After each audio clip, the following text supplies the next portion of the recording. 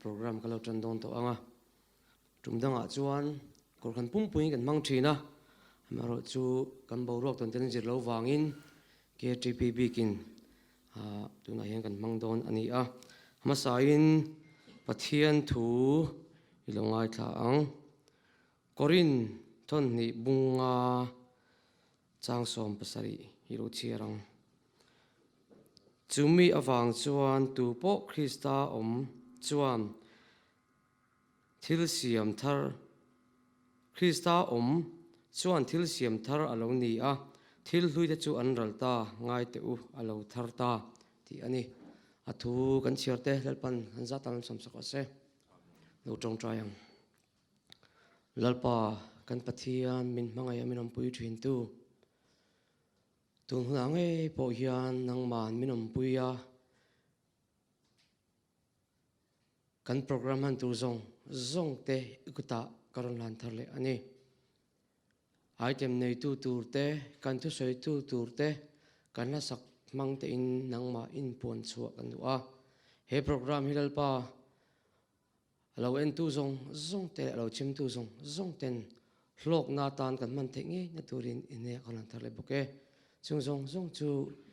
if a pa dali su istamin tiang limin lom thu soi chung in hena karon dile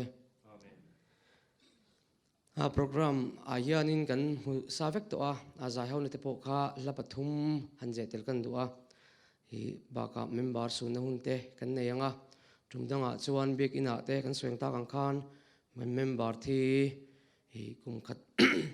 thung kum chung amiang hi bek ina te sunna hunte kan mang thina amai ro chu kan hung ton ten zero wangin tu huna hian member sunna hunte po kan nei tel mei tura ngai la kan tran tu kan somain Christian labu number zanga somnga palina kan sa anga simzo zong kan ran tu kan chong chum hal do nia ding chungin lo sang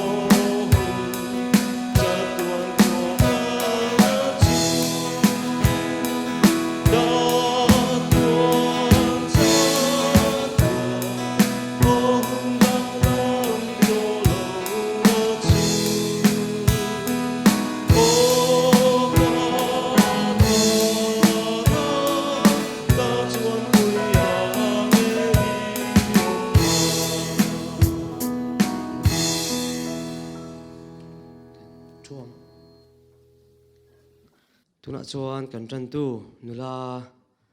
vanal mangi lo somang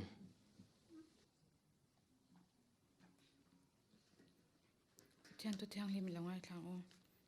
hun ni mi karon char dona amasa in zirmia bung som ni pakwa chang som pakhat changa som pathum nei nangni lama karer ruput zia chu ka insha sia in hun nung to pa chuan be se na petur cheuin thil chalaw ni lovin chatna ka ngai to asin tin milam anga ka hne na in run chung chai anga ka ngai thlang cheu tin mi zong anga in thin lung zong zonga mi zon huna chuan mi hmu ang Philippi bungli changli changa changruk lalpa chuan lom fo ra u ka ti le pek chi nang lom ra u indo thei zia mi zong zong shat ni ro se lalpa chu a ye enga ma mang ang su engkima chungchai le dilin lom thu shil tel zelin indu na te chu pathian hne na shat tirin omjok ro se ti chuan pathian thamwan na ru reng renga shat sen lau khan in thin lung le in kei to na te chu krista iswa chuan aben sakang cheu athu tyang lim kan ti rik tak te kan za tan la pam chawra se lo chung cha yang u ol pa kan pathian ngai tu nangin ve ini chatak me te mang le theya nangin chistel na tha te dam na te min la pe ka bangin ama sai in ne na lom thu kan sei ni lalpa tun kuma kan sha chau angin shileng awangin khovel pum kan bai ebe ma nun phung te ati khai laka chu tyang kara chuanin har sat na sang te to kan om ti kan sha a tin lalpa shi wanga boral ta te po an omani amaro chu lalpa chu tyang zinga chuan nangi min hum hima kum top te min shwai thleng awangin inena lom thu kan seya tin lapa chu tyang kara chuanin imal somna tam tak ten min vura lalpa imal somna char sen lo tam tak kan hmua a heng te hi kan thei wangte kan chat wangte kan felbik wangte ani lo ti kan sha a imal somna kan hu te hi lalpa chiar tham thei turin puila lalpa ikhongai na wang chau ani ti kan sha a atharin inena lom thu kan seile ni tin lalpa tungkuma te lalpa kan member le caution member mi engm za chatuan ram min pansan ta te an om ti kan sha a chungzinga chuan kan member pahnih lai me te an oma kei voin na hanin lalpa ti thei kan nei tlem em ema amaro chulpa anni po kan sheranga an chung te po nangin ompuila nangin thlamwanin ompuila tun huna han mishingina kan pek thei lau thlamwana i thlamwana fam kim chuan nangin i ompe i thlamwan tlet turin hena kan dil bokani tin lalpa kum thar kan chuang kai dona heng huna te han lalpa nangma shereng chunga lalpa nangma pachuan chunga kan hun te kan hmanga kan hmana malam pana kan kal zel theinan kan ru ngai to na thin lung te min nei sak turin hena kan ran dil ni tin lalpa kan hun man mek te hi lalpa nangin min tel puila kan hun man mang tu tur te special item nei tur te po nangin rondim puila anim buat seina temal isom saka kan hun man tur zong te nangin min nei saka nangman ro puina le choimon zong lo chang che chung zong chu ifa pai so krista mingin lom tu sei chung kan ran dile tuna chuan Christian labu number zali somre le pani na kan sanga chumi zolama chuan member thi suna hun kan nei chun zom hwalanga he la bi ki chu thuin kan sanga chuanin member thi suna huna khan ding chungin hi kan nei thung don ya lo sang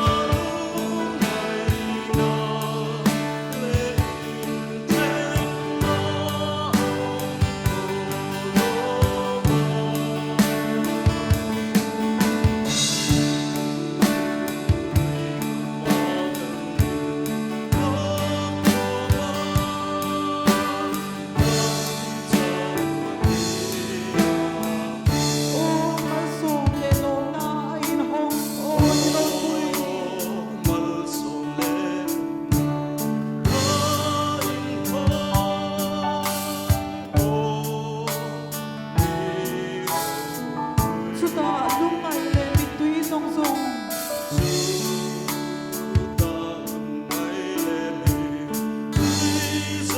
Isuan ta shufayang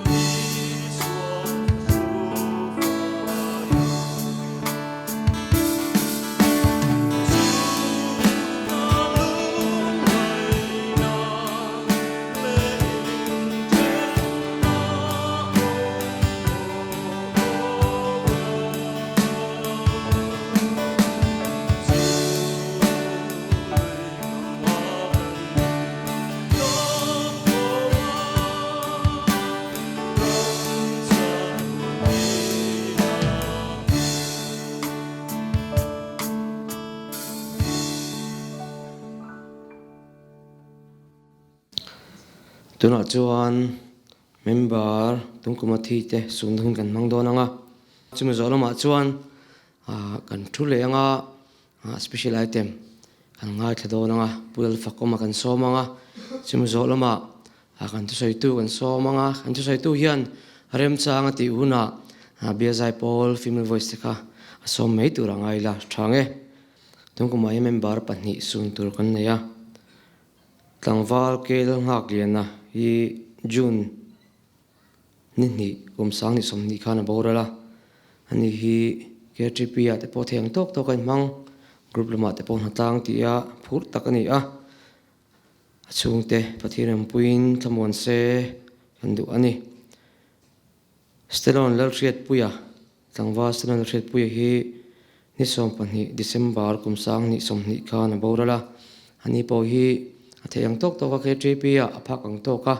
in manga chanvul hen chok thin nia achungte pathiram pui se thamon se kandu ani tikhanin kan dinganga ngoi ringin minute khat kan dinganga chum zalama chuan chera tangin kan thu thum tur kan soi mai don ni tikhanin minute khat chung kan dinganga tamma chera ma tangin minute khat lin nuak in thil don nia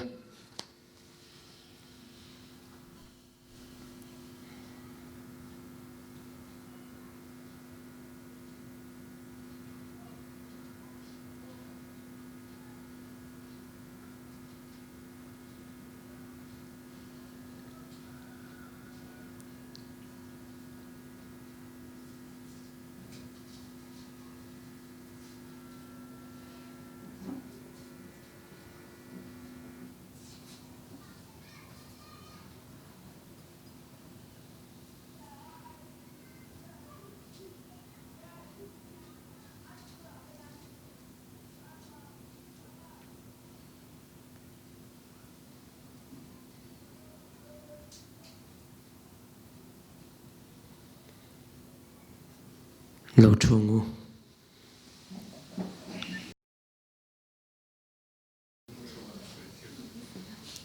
tuna chuan zai turin pulal pakoma lo somang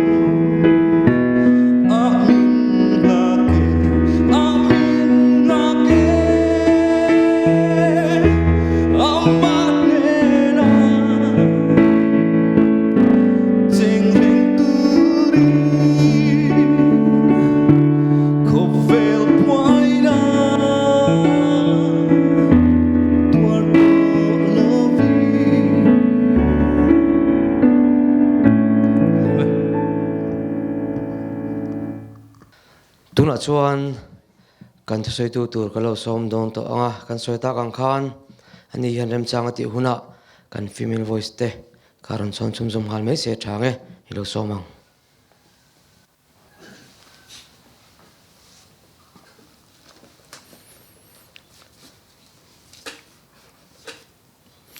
hei zani na hun thatak mai kan nei theia kumin sang ni som ni hi kan hria theu angin Hripui lenga avangin kan ti thinang te kan ti hlei theilova Inkhawm te rongbol na peng hrang hrang kan ti thin te ti theilovin hei kan ti nek neka kum chonu lampang kum top lampang kan lo thleng ter maya kum top Inkhawm hun kan lo thleng ta ani hei Saron Br KTP hi pathian min hruaya Hripui leng kara po kan ti ang chun te abikin kan sum nar poimo tak mai faith promise khon chungchanga te bala ommi alovin thlakipin kan la khom thei thina chu hruai tu te le member te in pek na te thanem ngai na te ani akhanga khan alomom ema chungte wang chuan kumdanga kan ti thin rongbol na peng missionary chom te le thildang dang kan ti ang thin te po kha kan ti thei pha thin ani chuti rual chuan vandoi thak tak main kha hun kan hman ta kang khan kan member jinga chatuan ramin pan santa pahni kanan nei poi khop maya kan member duom tak te ni an wanglai takin pathianin a hnena chol turin alo hruai hota tong trai na te kan soi lan ta kang khan an chung te po pathianina a thamuan zel kan beisaya kan du sakle ani hei kan soi ta kang khan kum laklo kumlai holvela kan che hlei theilova amara chu pathianin hun tha min siam saka kumtop lama program hrang te kan han nei theia mani maya Christmas ni ya khan local cable TV LPS sub operator kaltlangin program te kan nei theia Christmas Inkhawm program te ta chuan hun hlimom tak mai kan hmanga hun hlok tak mai kan hmang to tin Christmas pual luan chua kan branchin hun engemotical ta atanga kan lo ti chin thin tradition ang hia la kan lo nei thin ang tepo kan ti theia tin khor chung te tlo tepo kan han nei theia khor chung te kumina mi som pakhat kan ne khang tepo kan tlo to tin luan chua khan Christmas thil pek chung ko som pathuma kan pe tin kan member kan member then khat home le the addiction center omte mek te client te le athok tu te po mi parukan oma chung mi te chu Christmas thil pe kan hlan boka tiang khan kum top lama pathian in hum rem chang min siam saka thluang takin kan han ti theia alomom tak zet ani ti kha thuma kan soidu kan hruai tuina chanvo min pe kan khan nakina female voice lampanga kha kan ko anga bial zai pol kan branch member atanga telte mei chelam panga kha female voice kan som don ani pathian thu kan shir zo pathian thu kan shir masanga mun thuma mi chiar ka du chanchin tha mathaya ziak bung khat chang som pariat atangin tin isu krista lo pian dan chu hetiang ani anu mari chu josepha nen anin hual lain anin pol ma in tharau thiang hlimina rai tir ti an lo hetah ti chuan a pasal tur josepha chu mi fel takani tlang than tira du lova aruka ban san atuma nima sela chung thu chu ngai tu lain ngai te amanga lalpa vantir ko anena alo in lara Joseph nang Davida fapa inupui hual mari chu nei lausu anau pai chu tharau thiang hlim lakami ani asin fapa ahringanga aminga iso isa ang ani chuan ami te an thil ti sol laka achandam don si ati tin chang som ni palia ti chuan Josepha chu amu hila thova lalpa vantir kovin anena thu apegang chuan ati anupui hual chu nei ta nima sela fapa ahin ma lo zong apollo tin aminga isua asata chanchin thra lukaziak bungkhat chang som thum atang hian tlem kan lo range bungkhat na hi chang som thuma tin vantir ko chuan anena mari lausu pathian ngai sak zong ini ngai ro irayanga fapa ihring anga aminga chuan isua isaturani chang som thum palia tin marin vantir ko hne na chuan chung tin nge niang mipa ka nei si lo ati tin vantir ko chuan achanga hne na tharau thiang hlim ichunga alo thleng anga chungnung berathil ti theina ina hlia khuang che chu wangin mi thiang hlim lo piang tur po chu pathian fapa anti ang tin marin ngai te lalpa boy nu kani ithuang zelin ka chunga thleng ro se ati tin vantir ko chuan akal santa tin atop beratan chanchin thalu ka ziak bung som ni pani chang som li pani atangin kapa rem iti chuan heno hi ka hne na ta la son ro nima selake thu ni lovin nangma thu ni jok ro se ati tin wan atangin van tir ko pakhat ati har turin ahne na aron lara tin athaphang ema tharem ngai le zualin atong traya athan chu thifar lian tak angin leya afara athu kan chiarte lapan malmen som sakro se amen tura chuan dorpui pastor bial zai pola Saron Br Member meichia te zaina hun mang turin lo somang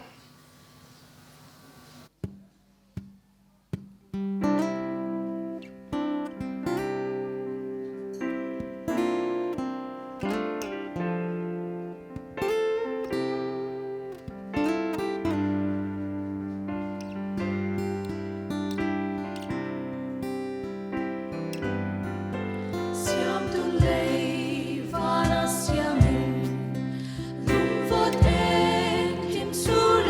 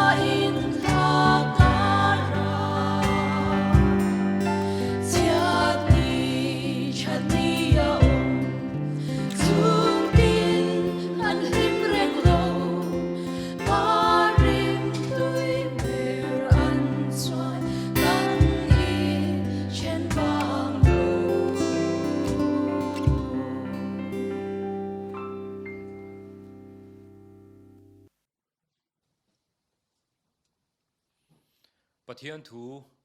akan sirta kang khan voinia hian thu oina ti thupui hmangin pathian thu hansoi kan tuma thu cha toy ti khani a are hun rei kan hmang lo tura ngai tai la thome hey Christmas kan hmang zo deuh chau na a Christmas lam hoi kha hantar lan kan du a chan chu hey Christmas hi aro pui kan ti a hey then khat phei chu kan member senior jok te phei chon voice som li an hmang tling Ṭ.P to a then te chu voice som ni te voice som ni panga te a voice som thum te poniang tiang kha kan ni deuh nualanga kan hmang jing to khop maya a hmang te ber point voice som ni chuang chu kan hmang vek to ni chu ti rual chuan Christmas hian eng tiang takin nge hlok na min pek ti sa le tharawa ti hi kanin ngai tu let fout karinga chung huna chuan eng tein nge kan ngai tu na a khan kan channa om ti po kha channa sang sang om mai theya tun truma hian thu o na hi kumin Christmas a hen zir chuak tai la thahle in kan ria a tuna ka chiar ta kang khan Bible chang kan tarlan ta kang khan he Christmas lali su Krista lo pian na tura tan hian mi poi mo tak mai mi poi mo tak tak mai mi pathum ming ron chiar chuaka kha kha chumi mang chuan kan sei do na ni ama sabera chuan kan chiar ma sakper ang khan Josepha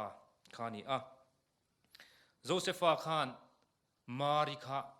nei atuma tiang chuan anin berem vek to a anupui ni mai tur khani a amaro chu chutia anin huala anin biak fel nu maya chuan arai thu kha hriani arai thu kha hria amaro chu chutia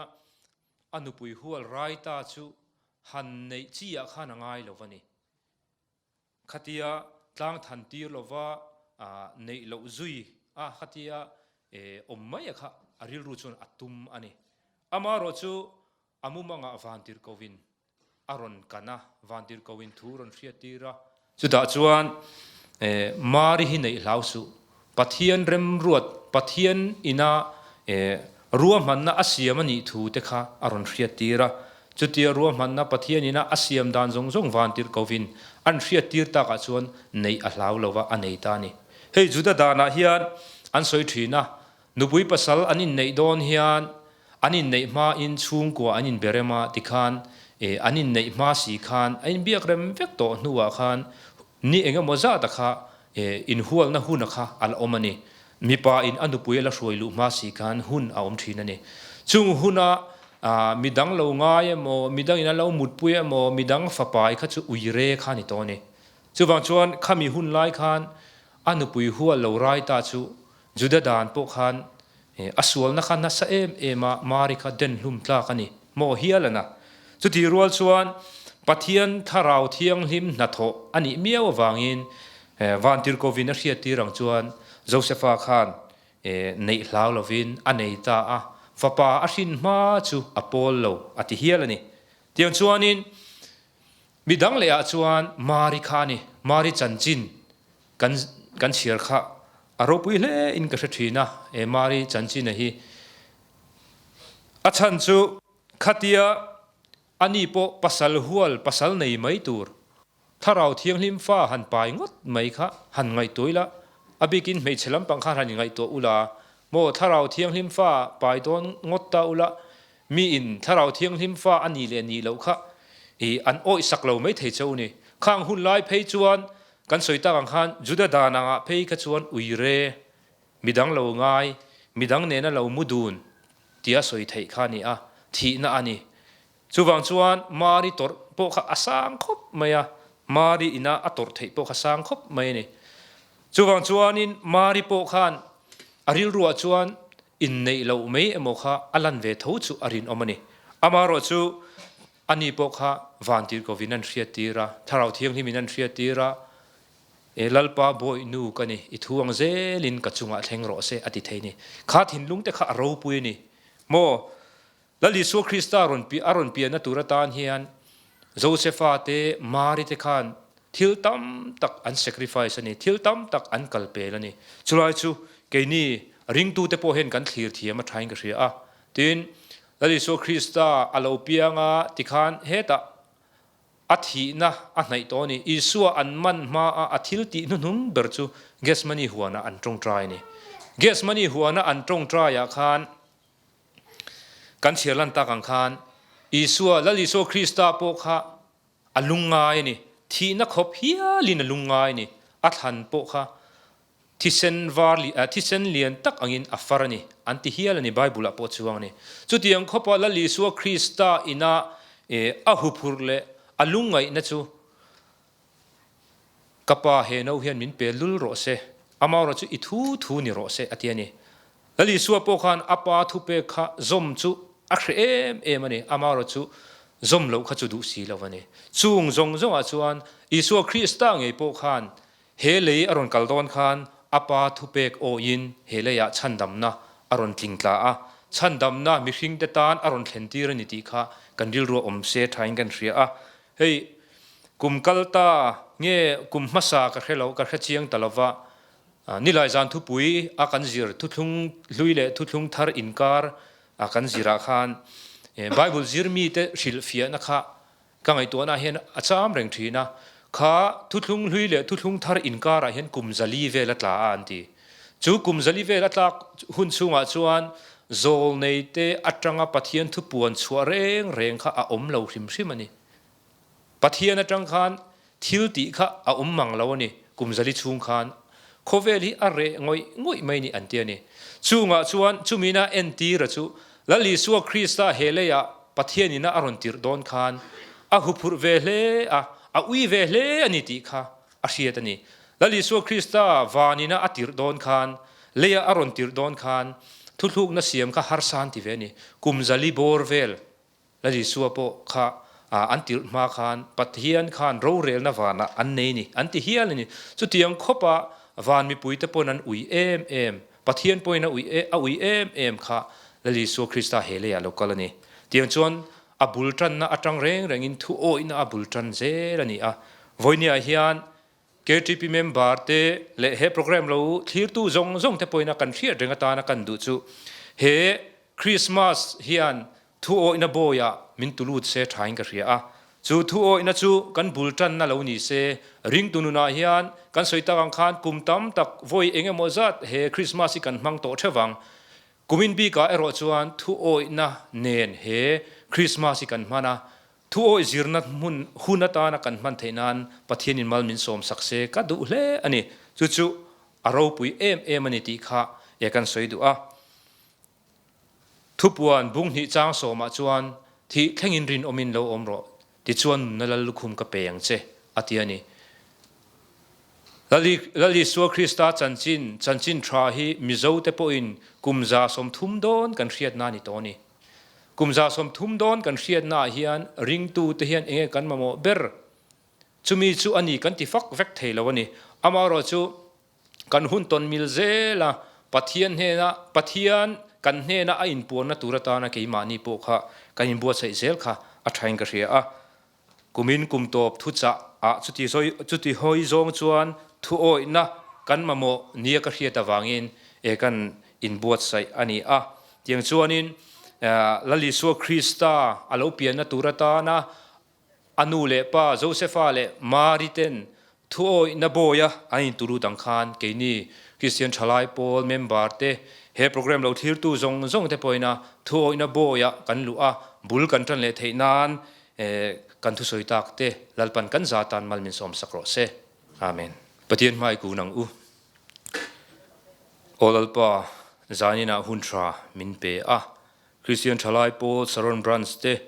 min venga min ompuya min kai hruai thina golden jubilee hial kan lom nuwa po lalpa kumsang ni som ni Hripui ka ra po min laveng zelani ti kan hriatin inhena lom thu kan soi ani tunhuna hian lalpa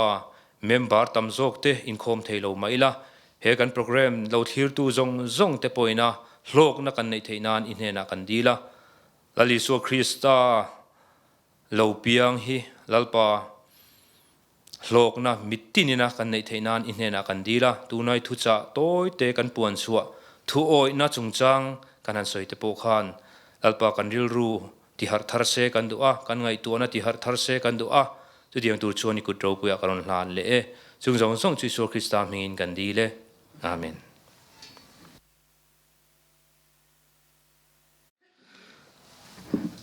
tuna chuan ban lam kal lo nei don to anga kan program te tlong te ang kal the tin soita kang khan zarina hian he program lo thir tu zong ten